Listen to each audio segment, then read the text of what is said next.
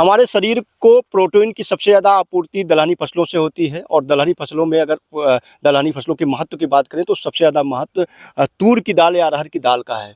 अरहर की दाल की बात हो और पूर्वांचल की बात हो तो निश्चित तौर पर एक समय ऐसा भी था कि हर किसान या हर घरों में दलहन की बुआई होती थी और किसान अपने उपजाए अरहर की दाल का उपयोग करते थे।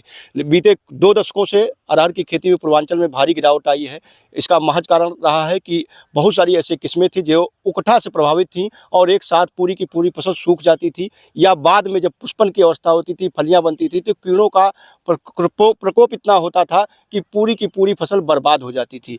हमारे साथ एक ऐसे किसान हैं जो पिछले कई वर्षों से दलहनी फसलों की खेती कर रहे हैं, चाहे मटर की बात करें, चने की बात करें या अरहर की बात करें। आप देख रहे होंगे आपके सामने जो है अरहर की एक पीले पुष्पों से लदा हुआ पौधा दिख रहा है और ये इस बात का द्योतक है कि इनके फसल में अभी तक किसी तरीके का कीड़े का प्रकोप नहीं हुआ है। देख सकते हैं फलियां भी बननी शुरू हो चुकी हैं।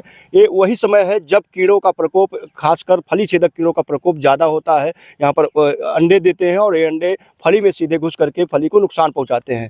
आइए जानते हैं प्रगतिशील किसान अरविंद सिंह जी से कि कैसे इस तरह का नियंत्रण करते हैं। और चूँकि सेहत की बात कर रहे हैं, सेहत में प्रोटीन की बात कर रहे हैं और सबसे ज़्यादा हमको नुकसान जो पहुँचाता है पेस्टिसाइड जो है, कीटनाशक है, वो नुकसान पहुंचाता है। आज जितने भी कैंसर के रोगी आ रहे हैं उसमें एक बड़ा कारण है कि फसलों में कीटनाशक का प्रयोग। तो बिना कीटनाशक का प्रयोग किए हुए जैविक तरीके से कैसे हम अरहर की फसल में कीड़ों का रोकथाम करें या फली छेदक कीड़ों का रोकथाम करें, आइए जानते हैं अरविंद सिंह जी से। सर, आपका स्वागत है। और पिछले कई वर्षों से मैंने पिछले साल भी आपके फसल में विजिट किया था, बहुत अच्छी उपज रही है। पहले ये बता दीजिए कि पिछले साल उपज क्या रही? उपज पिछले साल जो है 2.5 कुंटल बीघा है। मानिए कि एकड़ का अगर हम कैलकुलेशन करेंगे तो लगभग जो है 7.5 कुंटल पर एकड़ अच्छा, उत्पादन हुआ। दानों पर अगर कीड़ों के प्रकोप की बात करें तो कितना प्रतिशत रहा? तो कीड़े का प्रकोप समझिए 2-4% रहा। तो हमने मैनुअली रूप से वैसे जो है उसका छिड़काव कोई दवा नहीं किया। पिछले साल जो है कीड़े की समस्या आई ही नहीं। अच्छा, क्योंकि हम लोग निगरानी हर दूसरे तीसरे दिन पर करते रहते हैं, तो अगर 2-4% है तो कोई जो है दवा छिड़काव की जरूरत नहीं है। सर एक चीज़ और जानना चाहेंगे, सबसे ज़्यादा अगर अरहर पर किसी चीज़ का प्रकोप होता है तो दलहनी फसल पर फली छेदक कीड़ों का होता है और यही समय है जब इसमें फूल आता है और फली छेदक का प्रकोप होना शुरू हो जाता है। तो नियंत्रण का क्या उपाय अपनाते हैं जैविक तरीके से? एक तो इसमें फूल आने के पहले हम लोग प्राकृतिक रूप से नीम ऑयल का जो है छिड़काव करते हैं। दूसरा, अपने घर का बनाया हुआ 10 अर्क उसका भी छिड़काव हम लोग करते हैं। और फिर इधर जब हमारी फूल में फलियां बननी शुरू हो जाती हैं तो हम मैनुअली रूप से जो है इसमें चिड़ियों के बैठने के लिए इसमें लगभग 15-20 जगह जो है बांस के डंडे पर वो लगा देते हैं पट्टी कि चिड़िया हमारी बैठें। तो एक तो नियंत्रण उससे हो जाता है। दूसरा, उसमें आगे चल करके जो है हम लोग अगर देख रहे हैं कुछ जो है फली छेदक का प्रभाव हल्का फुल्का लग रहा है तो एक गंध फास आता है, तो इसका स्पेशल जो है फसल वाइज जो है मिलता है। तो हम लोग गंधफास जो है 15-20 जगह लगा देंगे। कैसे काम करता है? हाँ, गंधफास ये काम करता है, जैसे जो नर कीड़ा होता है तो एक प्रकार का वो गंध छोड़ता है, तो मादा कीड़ा उसमें आकर्षित होती है। तो उसी जो कीड़े का जो गंध होता है उसी टाइप का एक टेबलेट जो है वो पॉलीथीन का बना रहता है, तो उसमें वो गंध जो है छोड़ता है।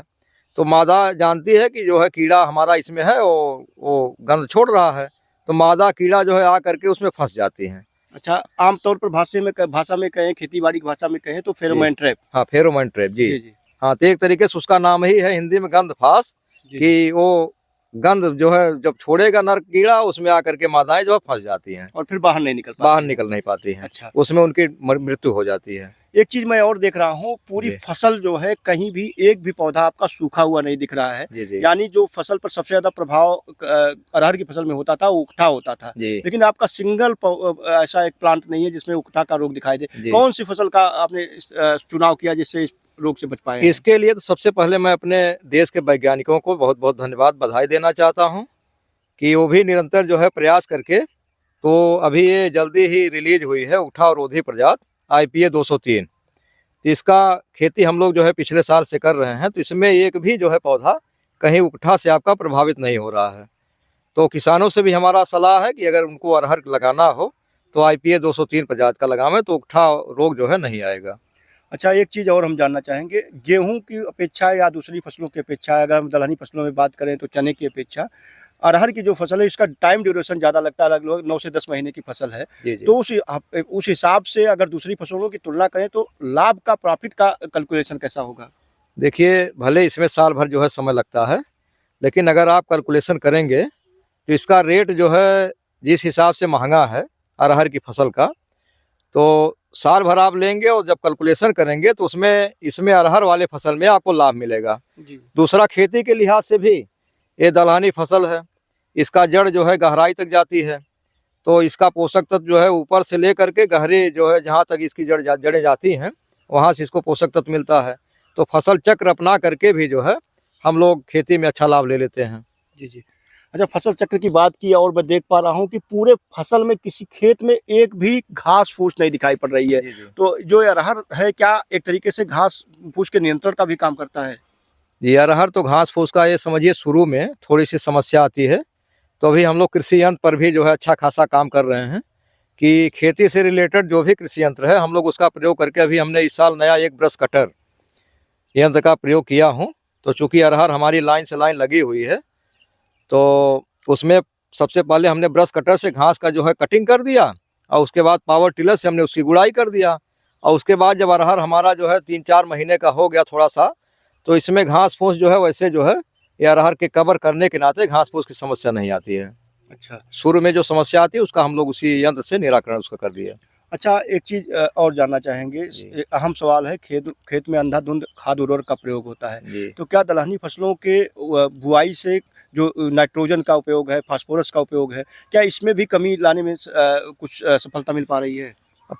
ये बता दें सर मैं आपको जो है कि इसमें जो अरहर की फसल में हमारी लगी है, इस साल तो हमने कुछ छोड़ा ही नहीं है। चूँकि पिछले साल भी अरहर की फसल थी, तो संजोग से हमारा जो है नेचुरल खेत है, इसमें हम कोई केमिकल वो जो है कोई फसल भी नहीं पैदा करते हैं।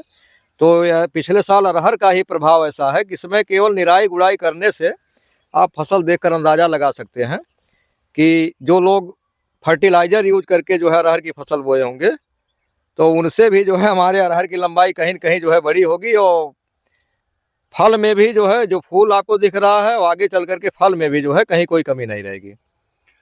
तो हमारे साथ अरविंद सिंह जी थे और उन्होंने बताया कि किस तरीके से हम दलहनी फसलों की बुआई करके खाद और उर्वरकों के प्रयोग में कमी ला सकते हैं। इससे हम मिट्टी के सेहत की कुव्वत को बढ़ा सकते हैं। साथ ही उन्होंने जो अरहर है उसमें पुष्पन की अवस्था में, फली बनने की अवस्था में कैसे हम जैविक तरीकों का इस्तेमाल करके फली छेदक कीड़ों का नियंत्रण कर सकते हैं उसके बारे में जानकारी दी और कैसे कमर्शियल लेवल पर किसानों के लिए लाभप्रद है इसके बारे में भी जानकारी दी। तो आप भी चाहते हैं खेती करना दलहनी फसलों की, तो अरविंद सिंह जी से सीधे संपर्क कर सकते हैं। मैं उनका नंबर एक बार चाहूँगा बता दें जिससे सीधे आपसे संपर्क करें। जी, मोबाइल नंबर हमारा है 9794 66 93 67। बोल दीजिए। अंग्रेजी में बता दें जी, जी।